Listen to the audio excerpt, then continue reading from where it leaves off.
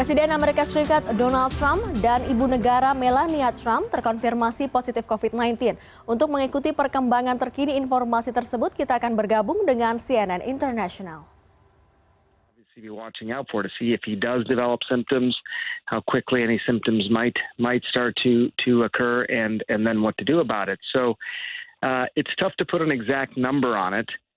We do know, of course, who is going to be more vulnerable and who is not. And I don't know, Don, just sort of read that memorandum for Dr. Conley. It doesn't sound like President Trump has had any symptoms. This is all based on surveillance testing that came back. Is that right? Yeah, this is all. I'm not sure of the type of testing that came back, but because of the memorandum doesn't really say, Sanjay. I'm sure if you guys are in the control room, Zach, can you email the memorandum to Sanjay so we can look at it? It doesn't say what kind of testing. It just says he tested positive for SARS-CoV-2 virus. That's all it said. Well, we know that he's been tested on a I believe, daily basis. So this is more of sort of surveillance testing. We know that there's been, obviously, as Caitlin has pointed out, people within the West Wing that have tested positive. So, I got to tell you, I'm not surprised, Don, at this. It's obviously unsettling, but I'm not surprised given the contagiousness of this virus and what have been the lax protocols.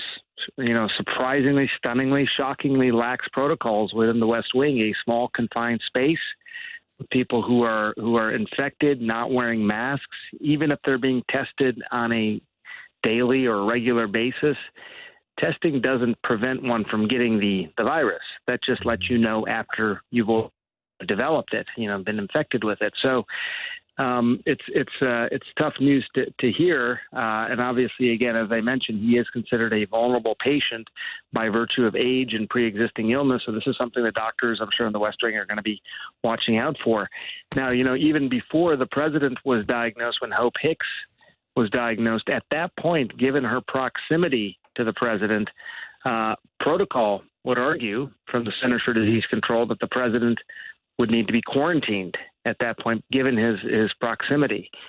Now, for certain, he's going to need to be isolated, as I'm sure is in the memorandum as well. He's going to need to recover at home, have symptoms monitored, and if he develops symptoms, he may need to go to the hospital. Let me just take a moment here, Doctor. And this is horrible for the president, for the First Lady, for Hope Hicks, and for anyone who came in contact with them and are possibly positive for the coronavirus as well. As we know from our colleagues, some of our colleagues here who have tested positive, it is not an easy thing. It affects many people in different ways, but it can, obviously we know, be deadly. 207,000 people have died from coronavirus. So listen, we hope the president gets through this. We hope the First Lady gets through this, and Hope Hicks as well. But it is also, Sanjay, an awful thing for this country. The leader of the free world has now tested positive for coronavirus, and we don't know. Maybe now he is feeling well, but we just don't know. There are so many unknowns at the moment. Yeah, there really are. And, as you're pointing out, Don, people will immediately start looking at all the data, right? What is the data going to suggest based on the number of people who have contracted this infection, the millions of people here in the United States and around the world? But every individual is every individual, right, in terms of how they're going to respond to this. There are many people who are older who do just fine still, even though they are considered the vulnerable population. So it's tough to speculate in terms of, what the course is, the medical course, the overall course that he's going to have and the First Lady is going to have going forward. But look, this is unsettling if people are hearing this for the first time, but it is something that, was not entirely unexpected. People have kept saying, look, we are sort of through this. People haven't gotten it by now. They're not going to get it. When you talk to people who follow the course of these pandemics, we're still very much in the second or third inning of this. So it's one of these things where in the earlier days, the fact that the President of the United States has now contracted this disease is something that,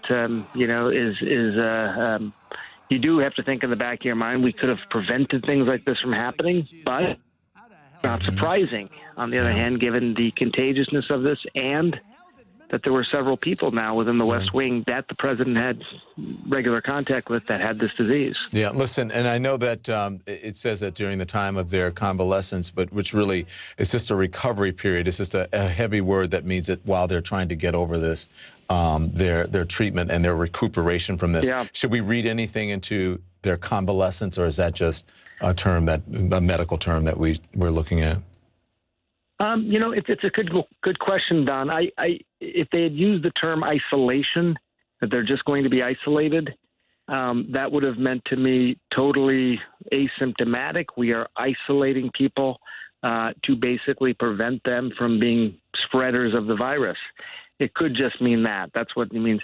But they did choose the word convalescence. Does that mean more that there's recovering and that there is some symptoms? I don't know. Like you said, it's tough to ask. Does the president have any symptoms? What are those symptoms? What are being done to treat those symptoms? When did he develop those symptoms? That'll give some indication. And again, I want to stress, as unsettling as this is, it is still very likely the president will recover from this disease statistically, even with his age, even with his pre-existing conditions. But obviously, he is considered vulnerable, and there could be no shortcuts. Don, we've seen a lot of shortcuts with regard to how, the no masks, obviously people still doing meetings within indoors in a poorly ventilated thing in the West Wing, small quarters, whatever it may be. But this, now that you have the infection, there can be no shortcuts. He cannot be a source of spread to other people. Obviously, it has to be very, very closely monitored for any kind of even early symptoms so the doctors can immediately address things.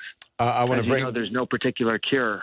Yeah. Sanjay, please, I know it's late, but important story. I hope that you stick with us and stand by. I want to bring in Caitlin Collins, also Brian Stelter as well, and also Carl Bernstein joins us. Carl, because she's... someone said Carl, and I wasn't sure which Carl it was. So, Carl, thank you so much. I appreciate you joining us. Brian, can we just talk about the president is always concerned about the economy, we know. Dow futures, we understand, are plunging at the moment, which is very important to the economic health of the world.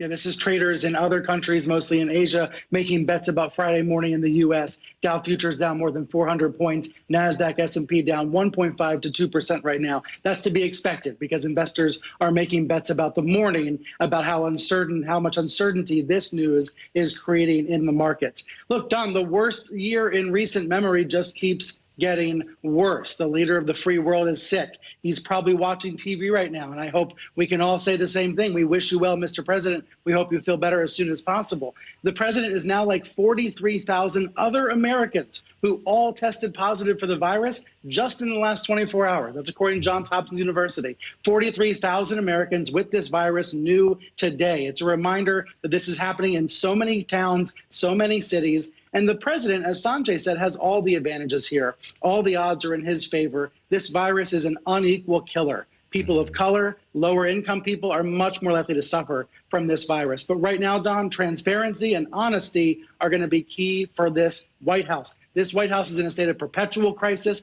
We cannot trust what they say. But now more than ever, we have to be able to trust what the president and his aides are telling the American people. Let us hope that honesty prevails in this moment, because everybody's going to be watching now to be confident in the president's health and confident in the people around him. Carl, in large part, it's his own dereliction is partly to blame for this. He chose to go out to rallies. He chose to downplay masks. He chose to not social distance and call it a hoax and so on and so forth. But again, it's horrible that the president has this, but he chose to handle this situation this way. People in the West Wing and the administration saying it's frowned upon to wear masks. Was this inevitable? I wouldn't say it's inevitable, but certainly his recklessness has contributed to this horrible situation. But I think we need to look at one thing immediately. We are now in the midst of a national security crisis that is different than any one in our history in this country. We have to be concerned about adversaries, particularly Russia, taking advantage of this situation for its own purposes. We have to think about possible cyber manipulation of the markets. You've talked about the markets, and obviously this is going to have a huge effect on the markets. We don't know the future of this election campaign. It depends on the president's health.